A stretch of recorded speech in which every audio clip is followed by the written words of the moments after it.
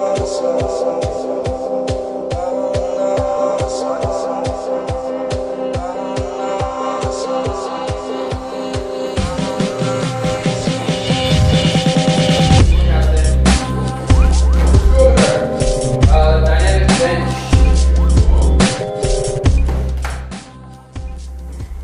what's up guys?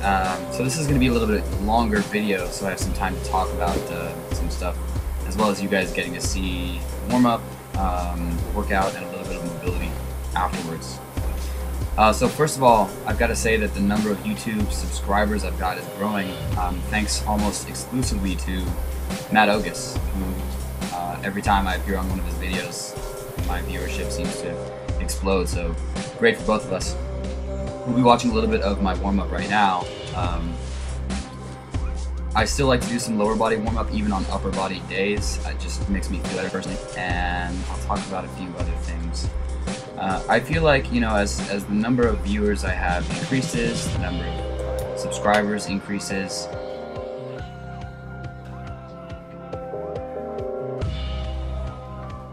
I feel a growing kind of obligation to provide good content, as well as setting a positive example and kind of leading by example for those people that look up to me, I guess.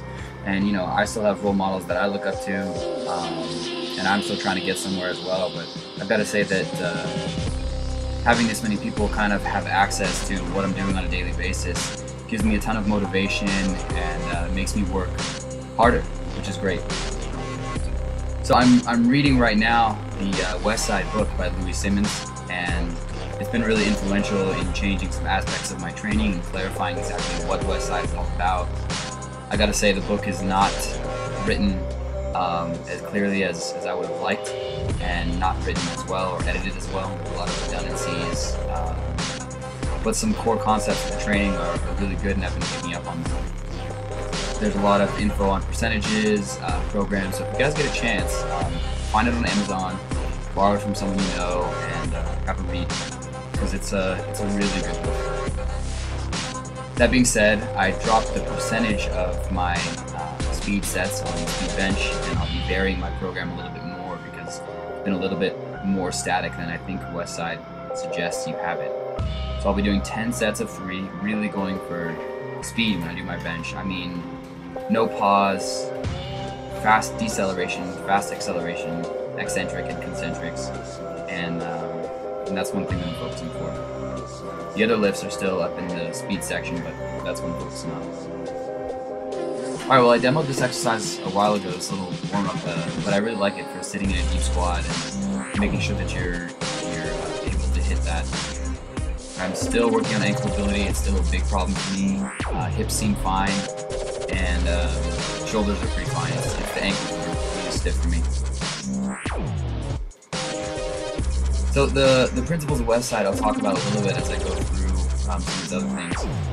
You are working on a number of different methodologies. One of those being that in order to get stronger, you have to lift heavy weights. Another one that in order to develop different parts of your strength, you have to lift lighter weights fast. So the program is split accordingly. You'll have some days of what we call dynamic effort, where you're just moving a lighter weight faster, and you'll have some days of maximum effort. Those are those abbreviations you see me guys use, DE and ME. Calls for, oh, hey, pause. J.R. Watkins warming balm. This stuff is the shit. I found it at Sprouts Market. You can put it on your shoulders. It stays warm for 3 hours or more. More than any other product I've used. It's awesome stuff, and you'll need a tiny dab. So I was warm a good 2 hours after I finished my entire workout. So back to Westside. You've got 4 days a week separated by a day each, with your dynamic effort and maximum effort separated by 72 hours. That should be enough time for you to recover, to be able to put as much as you possibly can. And one of the principles behind the idea of Westside is that you're able to train maximally the entire year, as opposed to having to take long periods off, because you're continually maxing out different exercises, and it's either by weight or by reps. This is my little shoulder warm-up. You'll see some pieces of that. If you have any questions about any of this stuff, by the way, just ask. think some of this stuff is in other warm-up videos I've done, so I'm not spending as much time on that. I have added lat pull-downs after this on my upper days because I feel like it kind of triggers some of the back muscles and gets me a little bit ready to stay tight in the upper back. Right, so what is your new training tool that I've been talking about? A watch, a stopwatch. Okay, it's really an underutilized tool with as much money as people are spending on supplements and wrist wraps and bands. And, a simple wristwatch, if you either keep it on you or keep a stopwatch on you or your cell phone or something like that, timing your sets, timing your recovery time is extremely beneficial in making you work harder. Not to mention it kind of keeps you on track, especially for Westside workouts where there's an expected amount of rest time in between. So it can really keep you honest, and we have a tendency as powerlifters, I think, to take a little bit too much rest time unless you're really being diligent. So I walked in the gym, the last workout and this workout with the intention of not talking to anyone, of just no bullshit, getting it done, and it really makes a difference. So the only time I talked to people was to get a spot and, you know, have someone lift off a few dumbbells for me this workout. And of course, when my training partner comes back from the women's pro-am in Columbus, Ohio, I think, we'll be talking then, but it's still going to be by the watch, and we'll figure out how to make it work for them. So I focus on extreme bar speed through these sets coming up. This is still a bar warm-up, but it's looking a lot better. Okay, so still warming up here, but I took exactly 30 seconds of rest in between sets, no more, no less, and I did 10 sets here at 50 or 40% of my 1 rep max, and I'm gonna go up to 60%. The program calls for waiving your dynamic effort work on squats, so you'll start with 50%, go to 55%, then 60%, and just continue to wave through with different exercises. As far as Westside goes, I think one of the things that makes it an effective program is that you're constantly switching and still doing things that that mimic the big three, but aren't exclusively squat, bench, deadlift. There are different variations thereof. Things like safety bar, good mornings that imitate a deadlift movement, band work, chain work, reverse band work, varying the speed on the way down, speed on the way up. They're a big component of box squats, although as a raw, exclusively raw powerlifter, I don't feel the box squats have as much of a benefit, simply because that's not a pause for you, and knee wraps don't provide as much for a raw lifter with a narrow stance. I talked a little bit to Alberto Nunez from 3D Muscle Journey about the proper way to wrap knees for me, because I need a lot of bend in my knees to be able to get to the depth I do. So I won't get as much benefit from knee wraps as say someone else with a slightly wider stance and slightly less knee flexion would. That's okay, you know, it's squatting style that works for me, and that might not work for someone else. I'd like to talk a little bit about grip. People have been kind of bugging about the false grip I use. No, it's not dangerous. I've been using it for years. Nothing has ever happened. I can't say nothing will ever happen, but it's extremely safe. As long as you're gripping the bar right. So you don't want the bar to be resting down at the heel of your hand, of course, because the bar is going to slip off. The only difference is that you set your grip up normally and you slip your thumbs around to the other side. And I've found better tricep and better chest drive this way.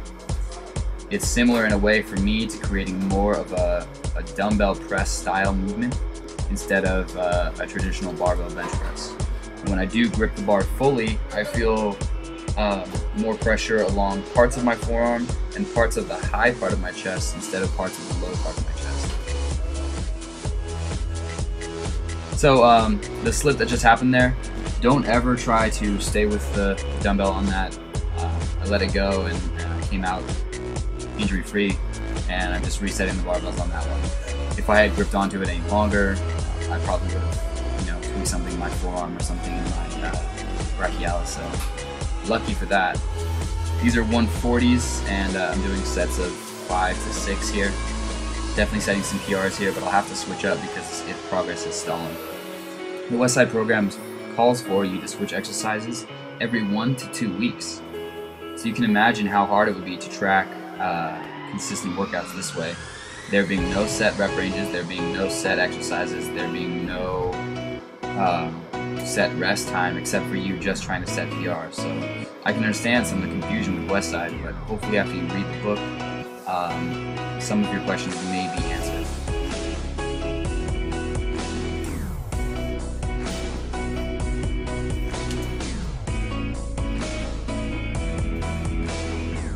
You know, I like it though. I found that once I switched away from Westside to other programs, progress diminishes, and when I run Westside the incorrect way, I find progress diminishes.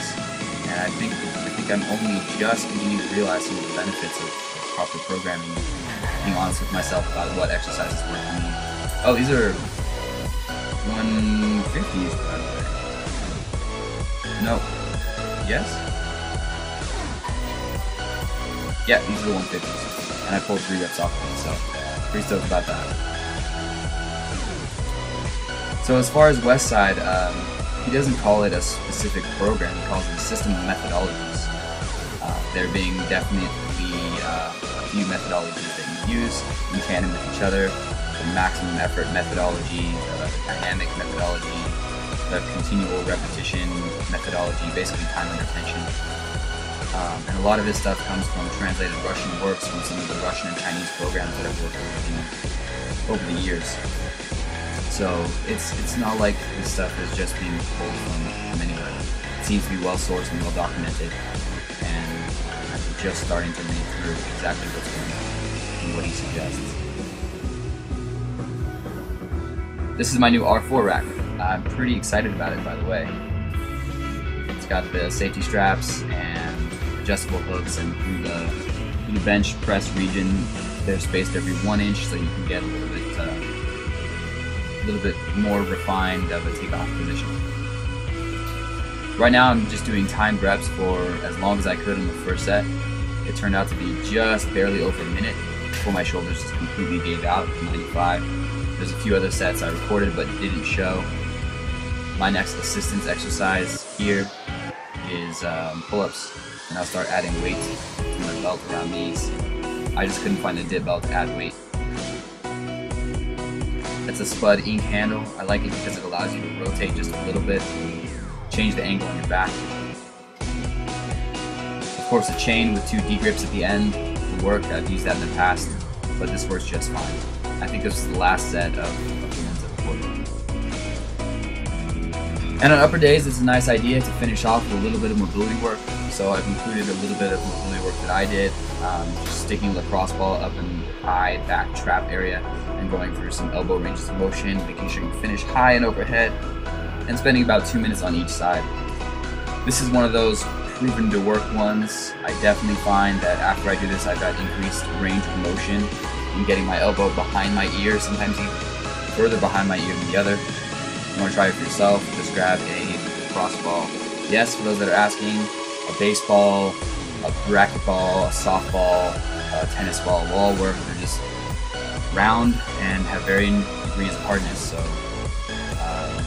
you know, a potato will work if it's hard enough. You just have to find something that you can use. Alright, so that's to finish up. If you guys have any questions, feel free to ask, and I'm just going to continue to upload content. Thank you again for all the subscribes. I'm going to try to make it a quality source of information for everyone.